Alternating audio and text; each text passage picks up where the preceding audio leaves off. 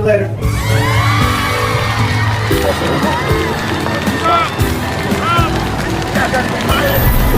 They like Trump. Can you believe it? Welcome back to my show. Here's something to blow your mind. Have you ever heard Donald laugh before? Can you think of what his laugh sounds like? Isn't that a trip? Has he ever laughed? I'm not sure I could think of a single time he's ever laughed. You know, someone was making fun of Kamala's laugh, as we typically do. So I went to go make fun of their leader's laugh, and I was like, wait a minute. That's a trip. I'm not sure he has a laugh, and I don't really trust people who don't laugh, or who have never laughed. What a trip.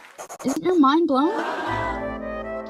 Anyways, I wanted to, well, quick things. I don't even need to say much here. Let's just watch this. Many people come from the Congo. I don't know what that is, but they came from the Congo.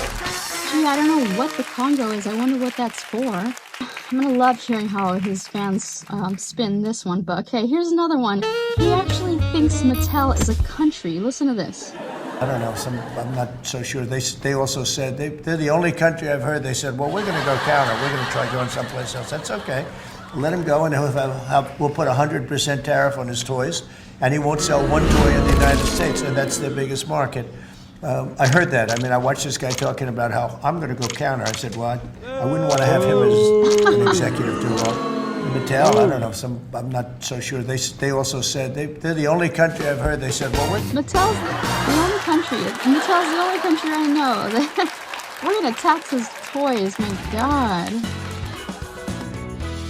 All right, I do want to play one clip for you. It's about a 3-minute clip of Marjorie Taylor Greene. Let's just watch this clip really quick. And with that, I recognize Ms. Stansbury to defend all the trans. Was not wasted, and to the train, I now recognize. Time was not wasted, and to the trans I now recognize we stand with you with the LGBTQ plus community. We stand with you, and you can raise your drugs all you want, Madam Chair, but we stand with the LGBTQ plus community, and you can gavel me to order. This hearing will come to order. This hearing will come to order. Madam Chair. This hearing will come to order. Madam Chair. This hearing will come to order. I now recognize Ms. McLean from Michigan. This is my time. I don't understand. That's fine. I yield back. Wow. Stansbury, this is not a point of order. Actual picture. And Ms. Stansbury, you're not recognized. Ms. Stansbury. You're not recognized, Ms. Crockett. Ms. Stansbury, you are not recognized. Chairwoman. You are not. This is not a point of order, Ms. Stansbury. This is not a committee. You are misrepresenting. And Ms. Stansbury. You're not. Madam Chair. By the way, your patriarchy earrings are screaming of the hypocrisy. Okay. Enough. No. You're wasting your time. That's not.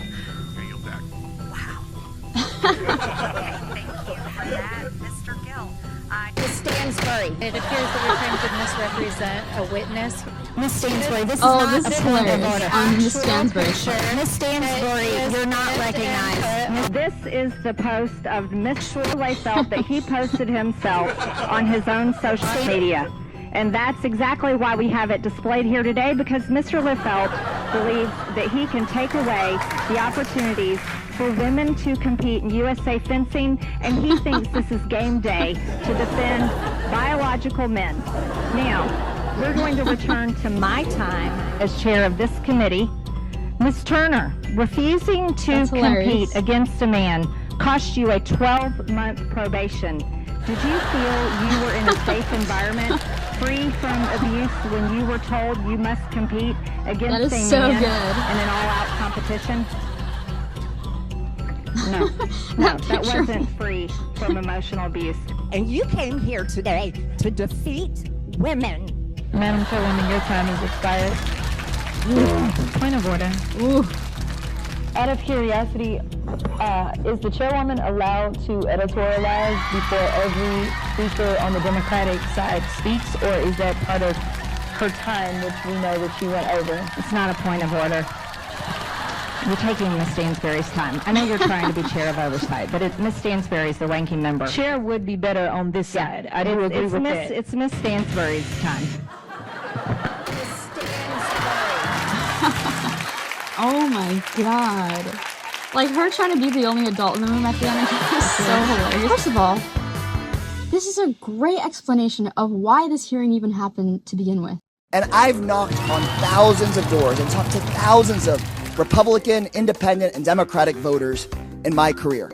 And not a single time has someone flung open their door and said, "Thank God you're here, Congressman. I want to ask you about transgender people fencing." It's just never happened. Fencing, of all things. I've never even met a fencer before. I've just seen it on The Parent Trap. I'm sure it's a great sport, but what the hell are we doing here?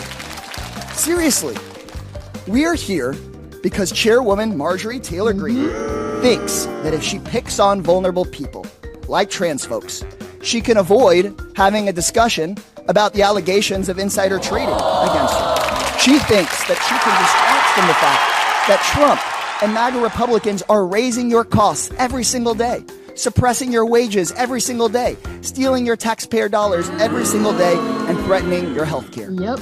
That's the reason we're at this crazy hearing today. Isn't that nuts? Fencing, of all things. Fencing, I'm pretty sure it's when the swords and everything, fencing. Transgender and fencing, that's what this whole hearing is about. Her, knocking out the gavel, and it's just insane. It's absolutely unhinged. I can't even believe that that's what this hearing is about to begin with. That is so crazy to me. It should be crazy to everybody. In my opinion, she should be arrested for impersonating Rocky Dennis, but that's neither here or there.